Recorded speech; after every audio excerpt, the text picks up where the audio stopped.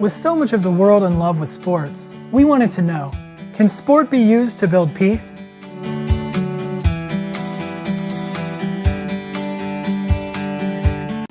The Democratic Republic of Congo has witnessed much war and suffering over the past 20 years, with an estimated 5 million deaths related to the conflicts there since 1996.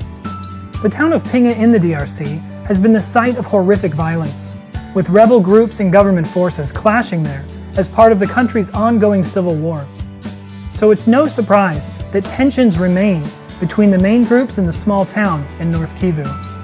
When global organizations Search for Common Ground got to Pinga, the relationship between the Yanga and Hundi communities there was at a breaking point. We're no longer talking to each other. They refuse to speak to each other, go to the same central locations, community locations.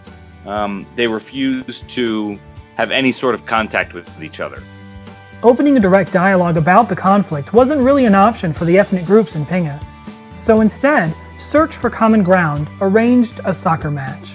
Even though it wasn't necessarily about conflict, it was about social cohesion. That was the initial communication and message.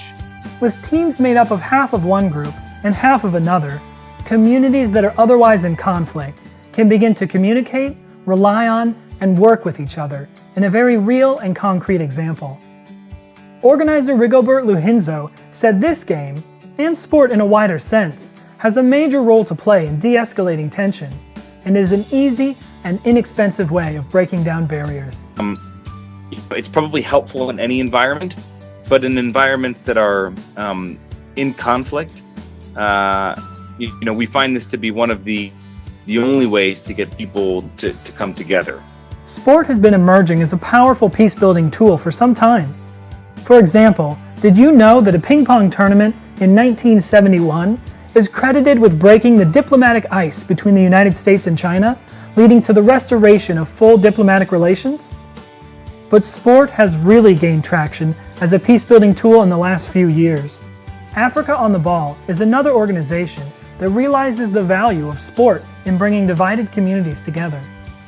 Co-founder Andrew Jenkin says he saw an incredible example of this through his work at a school in Tanzania. Social divides were very obvious there, especially between Asian and African students. But through sport, barriers were broken down and students began to integrate more. And because I think that's the really important thing is that, it doesn't matter what background you're from, social class, status within society. With football, the rules are the same for each side and you're working together on the same team.